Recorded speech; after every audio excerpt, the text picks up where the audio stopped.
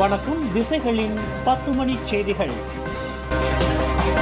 Genting ஐலண்ட்ஸுக்கு செல்கின்ற வாகனங்களுக்கு நுழைவு கட்டணம். நாட்டின் முக்கிய உல்லாச வாசஸ்தலங்களில் ஒன்றான பஹாங் கென்டிங் ஐலண்ட் சாலையை பயன்படுத்தும் வாகனங்களுக்கு நுழைவு கட்டணத்தை விதிக்கும் புதிய விதிமுறையை அந்த உல்லாச வாசஸ்தலத்தை நிர்வகித்து வரும் கென்டிங் மலேசிய பிரஹாட் நிறுவனம் விரைவில் நடைமுறைப்படுத்தவிருக்கிறது. 24 கிலோமீட்டர் நீளமுள்ள செங்குத்தான சாலை மற்றும் அதன் மலை சாரல்களை பராமரிப்பதற்கான செலவுகள் தொடர்ந்து அதிகரித்து வருகின்றன. இதனை சமாளிப்பதற்கு அந்த உல்லாச வாசஸ்தலத்திற்கு சாலையை பயன்படுத்தும் ஒவ்வொரு வாகனத்திற்கும் நுழைவு கட்டணத்தை விதிக்க வேண்டிய கட்டாயத்தில் நிறுவனம் உள்ளது என்று கென்டிங் மலேசிய பிரஹாட் இன்று வெளியிட்டுள்ள ஓர் அறிக்கையில் தெரிவித்துள்ளது.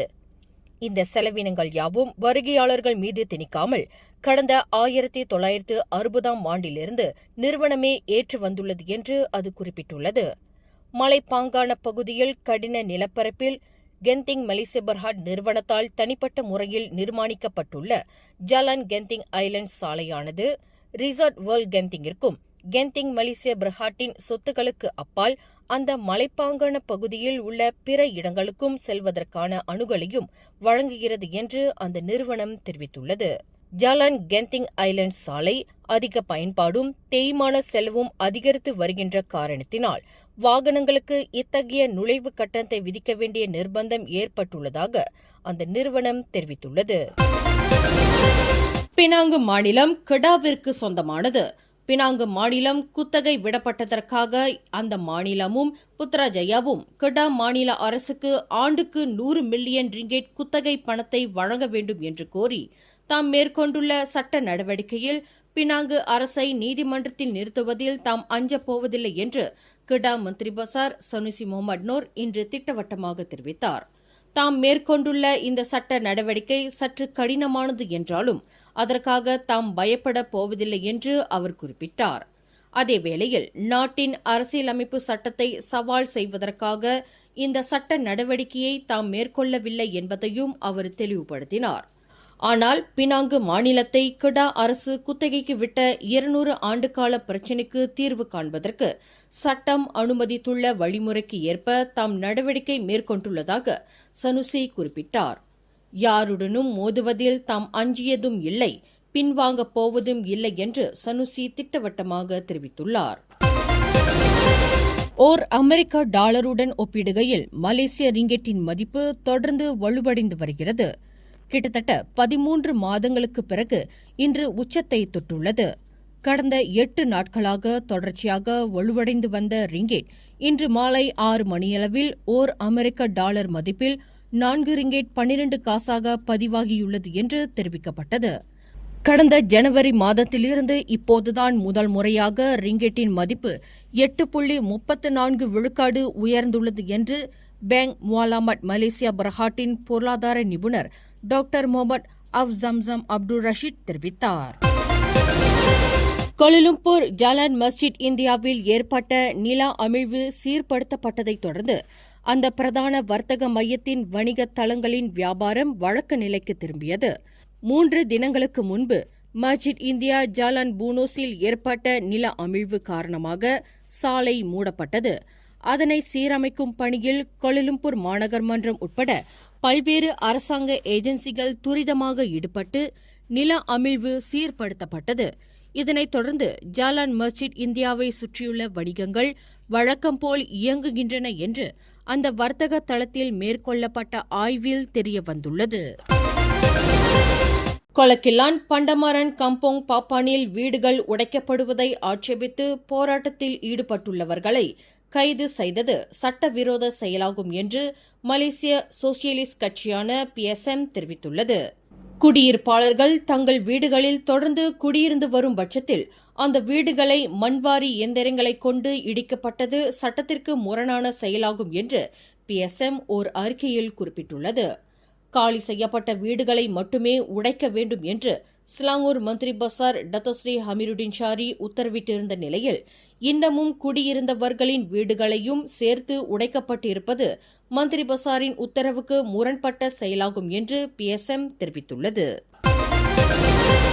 சபா மாநிலத்தின் வருவாயில் 40 விழுக்காட்டு தொகையை அந்த மாநிலத்திற்கே திருப்பித் தரப்பட வேண்டும் என்று கொத்தகினபாலு உயர்நீதிமன்றம் அளித்துள்ள தீர்ப்பு குறித்து விளக்கம் அளித்திருக்கும் பிரதமர் டத்தோஸ்ரீ அன்வார் இப்ராஹிமிற்கு பதவி விலகிய முன்னாள் தொழில் முனைவோர் கூட்டுறவு மேம்பாட்டு அமைச்சர் ஈவான் பெனடிக்ட் நன்றியை தெரிவித்துக் கொண்டார். சபாவின் 40 விழுக்காடு வருவாய் தொடர்பில் கூட்டரசு அரசியலமைப்பின் கீழ் பாதுகாக்கப்படுகிறது என்று பிரதமர் இன்று நாடாளுமன்றத்தில் அளித்துள்ள விளக்கத்திற்காக அவரை பாராட்டுவதாக ஈவான் பெனடிக்ட் குறிப்பிட்டார். ஆனால் பிரதமர் இந்த விளக்கத்தை தந்த பின்னரும் அந்த தீர்ப்பு தொடர்பாக சில அம்சங்கள் குறித்து மேல்முறையீடு செய்யப்படும் என்று அவர் அறிவித்திருப்பது கேள்வி எழுப்புவதாக உள்ளது என்று சபா மாநிலத்தின் அப்கோ கட்சியின் தலைவருமான ஈவான் பெனடிக்ட் தெரிவித்துள்ளார். இம்மாதம் 22ஆம் தேதி கோலாலம்பூரில் தாம் நடத்தவிருக்கும் நீதி கேட்கும் ஊர்வலத்தில் நாட்டின் முன்னாள் தலைமை நீதிபதி துன் தெங்கு மைமுன் துவான்மாட் பங்கேற்க வேண்டும் என்று முன்னாள் பாலர் பள்ளி ஆசிரியையான இந்திரா காந்தி கேட்டுக் கொண்டுள்ளார். தன் மகள் மீண்டும் தன்னிடம் வந்து சேர வேண்டும் என்ற ஒரே நோக்கத்திற்காக இந்திரா காந்தி நீதி கேட்டு அமைதி ஊர்வலத்தை கோலாலம்பூரில் நடத்தவிருக்கிறார். நாட்டின் முன்னாள் தலைமை நீதிபதி என்ற முறையில் தெங்கு மைமூனை தாம் அழைக்கவில்லை என்றும் ஒரு சகோதரி என்ற ஸ்தானத்தில் ஓர் உண்மையான அடையாள சின்னம் என்ற அடிப்படையில் அவரை இந்த ஊர்வலத்தில் பங்கேற்க தாம் அழைப்பதாகவும் இந்திரா காந்தி தெரிவித்துள்ளார். காருக்குள் தனது கணவனின் அடியை தாங்கிக் கொள்ள சக்தி இல்லாமல் மனைவி காரின் கதவை திறந்து கொண்டு சாலையில் குதித்த சம்பவம் பெரும் பரபரப்பை ஏற்படுத்தியுள்ளது. இந்த சம்பவம் நேற்று புதன்கிழமை சுங்கைப்பட்டணி ஜலான் லெஞ்சோங்கான் திமோர் சாலையில் நிகழ்ந்தது. சென்று கொண்டிருந்த காரிலிருந்து உயிரை காப்பாற்றிக் கொள்ள காரிலிருந்து குதிக்க தாம் முடிவு செய்ததாக சம்பந்தப்பட்ட பெண் பின்னர் போலீசில் புகார் செய்ததாக கோலமுடா மாவட்ட போலீஸ் தலைவர் ஏசிபி அஞ்ஞான் ரம்லான் தெரிவித்தார். முன்னதாக மாலை 6 மணியளவில் சுங்காய் லாலாங்கில் உள்ள ஓர் எண்ணெய் நிலையத்தில் தனது காரில் இருந்தபோது அங்கே வந்த தனது கணவர் காரிலிருந்து தன்னை தரதரவென்று இழுத்து அவரது காருக்குள் கொண்டு சென்றதாக அந்த பெண் தெரிவித்துள்ளார். கார் புறப்படத் தொடங்கிய போது காரில் இருந்தவாறு இருவருக்கும் இடையில் கைச்சண்டை ஏற்பட்டதாகவும் அப்போது தனது கணவர் தன்னை சரமாரியாக தாக்கத் தொடங்கிவிட்டதாக அந்த பெண் தனது போலீஸ் புகாரில் குறிப்பிட்டுள்ளார் என்று ஏசிபி அஞ்ஞான் ரம்லான் தெரிவித்தார். இச்சம்பவம் தொடர்பில் விசாரணைக்கு ஏதுவாக அந்த பெண்ணின் கணவர் கைது செய்யப்பட்டுள்ளதாக அவர் குறிப்பிட்டார்.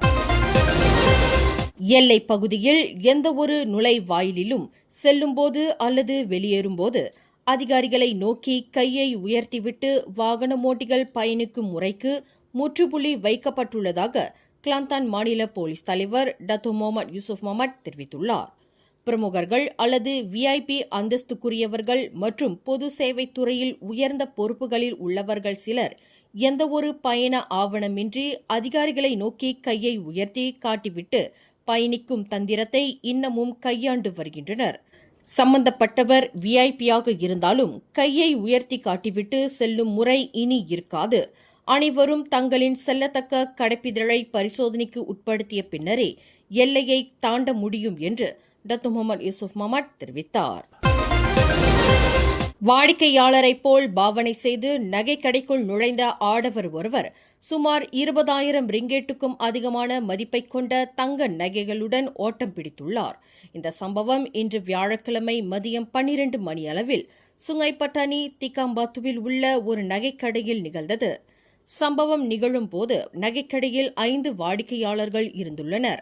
கடை பணியாளர்கள் அனைவரும் வாடிக்கையாளர்களை கவனிப்பதில் தீவிரமாக இருந்தபோது அந்த ஆடவர் இந்த கைங்கரியத்தை புரிந்துள்ளார் என்று பெயர் குறிப்பிட விரும்பாத நகைக்கடை உரிமையாளர் தெரிவித்தார். நகைகளை வாங்குவது போல் பாவனை செய்து அவற்றை கையில் எடுத்து அழகு பார்த்து கொண்டிருந்த நபர் அடுத்த நிமிடமே மின்னல் வேகத்தில் அங்கிருந்து ஓட்டம் எடுப்பார் என்று பணியாளர்கள் யாரும் எதிர்பார்க்கவில்லை என்று அவர் கூறினார். இந்த சம்பவத்தில் 40.98 கிராம் எடை கொண்ட கைச்சங்கிலி பறிபோனதாக அந்த நகைக்கடை உரிமையாளர் போலீஸ் புகாரில் தெரிவித்துள்ளார். தொலைத்தொடர்பு நிறுவனங்களுக்கு சொந்தமான கேபிள் கம்பிகளை இலக்காக கொண்டு அவற்றை திருடி வந்ததாக நம்பப்படும் கும்பல் ஒன்றை போலீசார் முறியடித்துள்ளனர். கோலாலம்பூர் ஸ்தாபாக்கில் மேற்கொள்ளப்பட்ட சோதனையில் 6 நபர்கள் கைது செய்யப்பட்டது மூலம் இந்த கும்பல் முறியடிக்கப்பட்டுள்ளதாக வங்சா மாஜு மாவட்ட போலீஸ் தலைவர் ஏசிபி லசிம் இஸ்மாயில் தெரிவித்தார். பிடிப்பட்ட 6 நபர்களின் பின்னணி ஆராயப்பட்ட போது யாருக்கும் வேலை கிடையாது என்பது தெரியவந்தது. ஆனால் கேபிள் கம்பிகள் திருடுவதில் கடந்த ஓராண்டு காலமாக தீவிரமாக ஈடுபட்டு வந்துள்ளனர் என்று அவர் குறிப்பிட்டார்.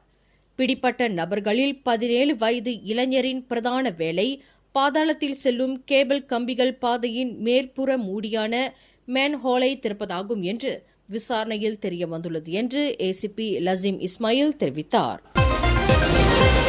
கில்லான் பர்சியாரான் ராஜமுடா மூசாவில் ஒரு எண்ணெய் நிலையத்தில் கொள்ளையடித்த சந்தேக பேர்வழியை கைது செய்யும் முயற்சியில் போலீஸ்காரர் ஒருவர் காயமுற்றார் என்று தென்கில்லான் மாவட்ட போலீஸ் தலைவர் ஏசிபி ரம்லி கசா தெரிவித்தார். நேற்று பிற்பகல் 2:30 மணியளவில் நிகழ்ந்த இந்த சம்பவத்தின் போது ஏற்கனவே சுபாங் ஜெயாவில் உள்ள ஓர் எண்ணெய் நிலையத்தில் நடந்த கொள்ளைச் சம்பவத்தில் சம்பந்தப்பட்டிருந்த ஒரு காரை போலீசார் தேடி வந்தனர். அந்த கார் கில்லானில் உள்ள ஒரு எண்ணெய் நிலையத்தில் நிற்பதைக் கண்ட ரோந்து போலீசார் அந்த காரில் இருந்த நபரை கைது செய்யும் முயற்சியின் போது போலீஸ்காரர் ஒருவரை சந்தேக பேர்வழி மூர்க்கமாக கீழே தள்ளிவிட்டு தப்பிக்க முற்பட்டுள்ளார். காரை மின்னல் வேகத்தில் செலுத்திய அந்த நபர் கீழே விழுந்து கிடந்த போலீஸ்காரரின் காலை உரசிய வண்ணம் மோதிவிட்டு அங்கிருந்து தப்பிச் சென்றுள்ளதாக ஏசிபி ரம்லி கசா குறிப்பிட்டார். இதற்கு முன்பு இன்று வந்த தகவலைப் போல கில்லானில் நடந்தது துப்பாக்கி சூட்டு சம்பவம் அல்ல, மாறாக சந்தேக பேர்வழி போலீஸ்காரரை மோதிவிட்டு தப்பிச் செல்லும் சம்பவம் தொடர்புடைய காணொலியாகும் என்று அவர் விளக்கம் அளித்தார். மேலும் செய்திகளை தெரிந்து கொள்ள கீழே இருக்கும் பெல் பட்டனை அழுத்துங்கள். உங்கள் மகிழ்ச்சியை வெளிப்படுத்த லைக் மற்றும் ஷேர் செய்யுங்கள். தொடர்ந்து திசைகளோடு இணைந்திருக்க சப்ஸ்கிரைப் செய்யுங்கள்.